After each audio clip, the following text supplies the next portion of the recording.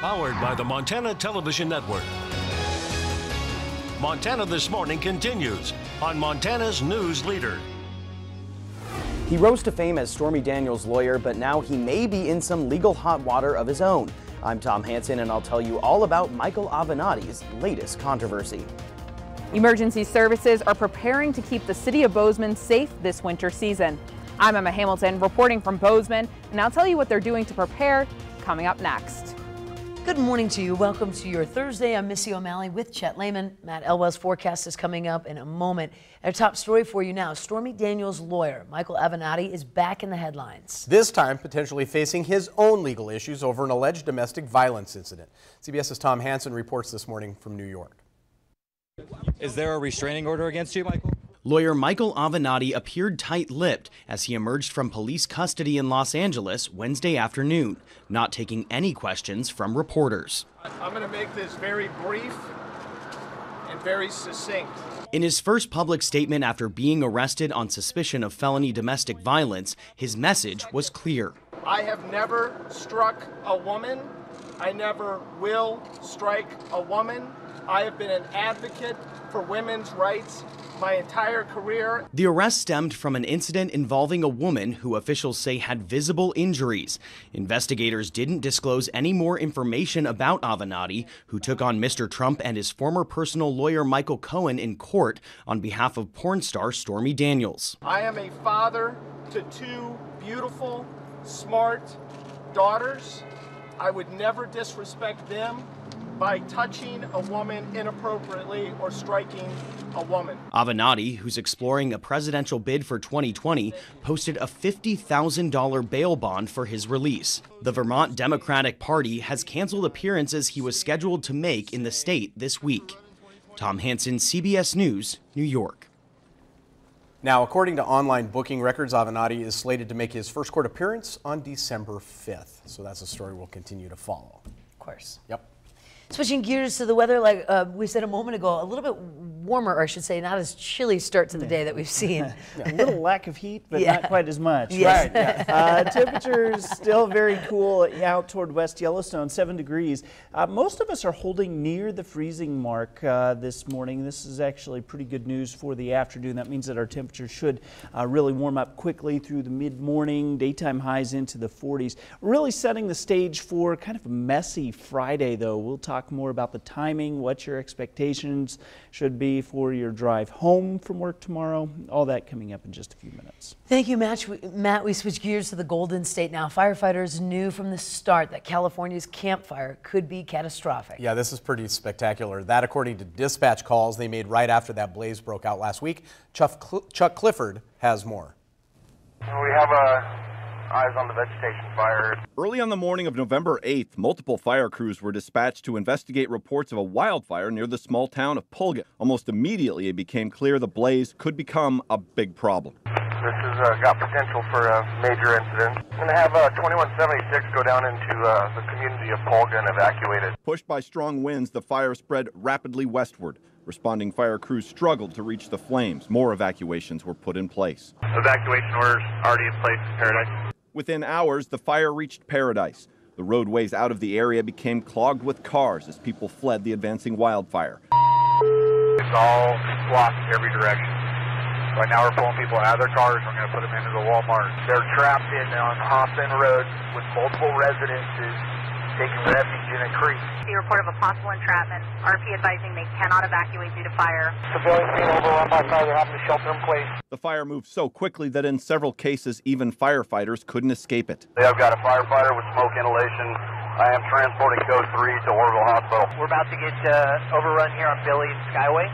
We've got probably 1,000 vehicles in here. And I'm setting multiple TRAs up. Once the fire hits, I'm going to pull the people out of the vehicles, put them in the building. It took the better part of the day before the majority of people were able to reach safety. Some neighbors didn't make it. 2 cars appears to have one victim inside. We'll be checking on possible extrication. Oh, so scary. The Camp Fire has killed at least 56 people while 130 others are still missing, many of them in the Paradise area. The blaze is currently 35% contained. Unbelievable video there. 6:34 now. 3 people have been arrested in Idaho in connection with a shooting incident involving a Jefferson County Sheriff's deputy.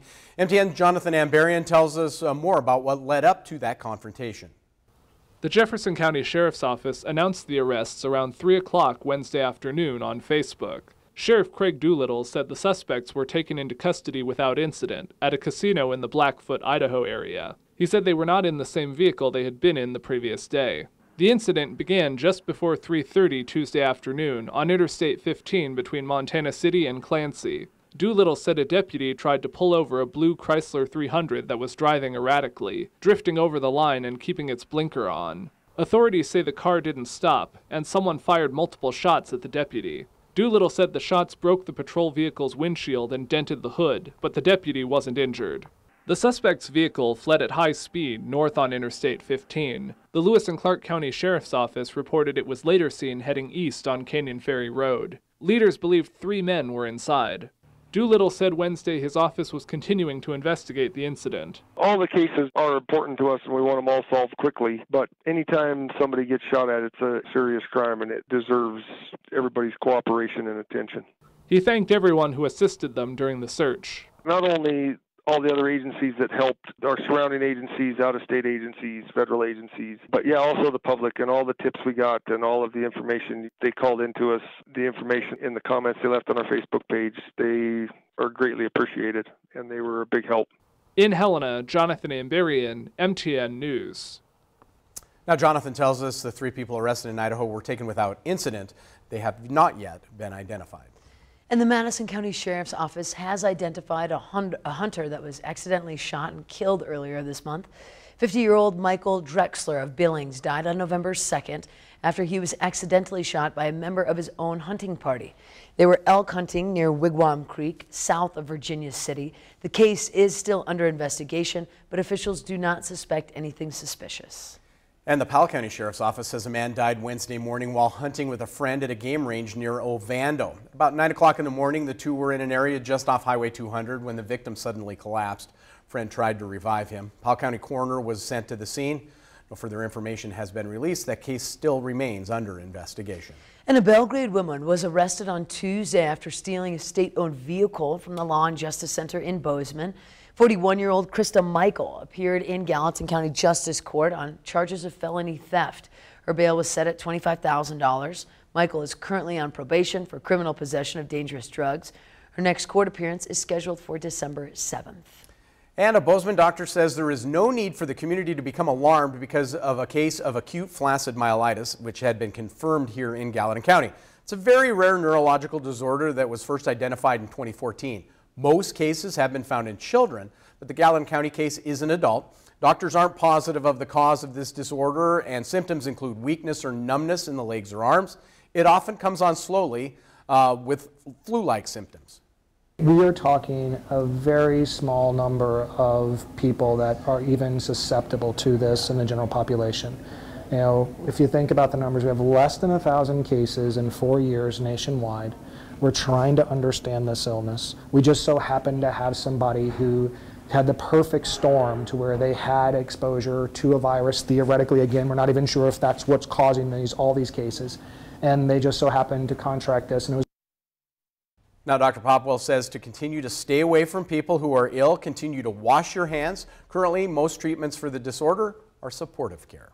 And winter has been trying to make an early debut, and with a possibility of fresh snow and slippery roads again tomorrow. First responders in Bozeman have been busy getting ready for the winter season. MTN's Emma Hamilton has more. Having your commute be a little longer and sliding on the roadways are results of the winter season here in Montana. The fire and police departments are currently preparing for the snow and ensuring they're ready to respond to any accidents that may occur. Equipment-wise, we have like our chains that we put on our fire trucks, basically our Mustang suits, our cold weather suits for anyone that falls through the ice. Just kind of going through making sure that we're ready. Our ability to get places, it can be affected, as well as the number of times sometimes we need to get places because of other crashes and things that happen in the wintertime. We have to go out on the streets a little more. It's something simple drivers can do to make sure emergency personnel can make it to an accident as quick as possible. Any day of the year, no matter what the weather conditions, it's pulling over and pulling to the right side of the road. We see so many times people pulling to the left, to the right, and it's not. We don't know what to think, and we don't know how to predict it, and therefore it hinders our ability to get somewhere safely. If you do end up in an accident this winter season, the police and fire department both advise that you be patient waiting for their arrival. They have to slow down just as the rest of us do. The thing that scares me the most about what we do is on the interstate. So if they're in a precarious situation on the interstate where they're in the other lane or they're blocking up 2 lanes, a lot of times I would tell them if they can is to get out of the vehicle and stand not in there, just because with it being that slick and people don't know there's an accident. If they come up around at high speeds, there's nothing they can do. So you kind of need to be aware of your surroundings, but really, you know, if you're in a safe spot, stay there in the car. But if it's in a bad situation, definitely get out. In Bozeman, Emma Hamilton, MTN News. Now, the fire and police departments say that they have responded to more trauma accidents in the summer, but in the beginning of the winter season, they see a spike of car crashes. No doubt. Absolutely. Stay with us in just a moment. When we return, we head to Las Vegas, where a record-setting gathering is taking place. It's not a UFC fight. It's not a concert. It's the center of the Cannabis Industry Week Marijuana Conference. But before we go to Vegas, let's head to New York for a look at what's coming up at 7 o'clock. Hey, good morning to you, Mary Bell and Lauren. Ahead here on CBS this morning, we'll begin with the eye-opener, Your World in 90 Seconds. Plus, the first wintry blast of the year is bearing down on a large part of the country. We'll tell you what to expect. And Facebook is under fire again for how it handled evidence of Russian election interference. Wired editor-in-chief Nick Thompson tells us what's next for the social media giant. Also, we want to take you for a test ride in Ford's new driverless car and show you how Motor City is trying to keep up with Silicon Valley. See you right at 7.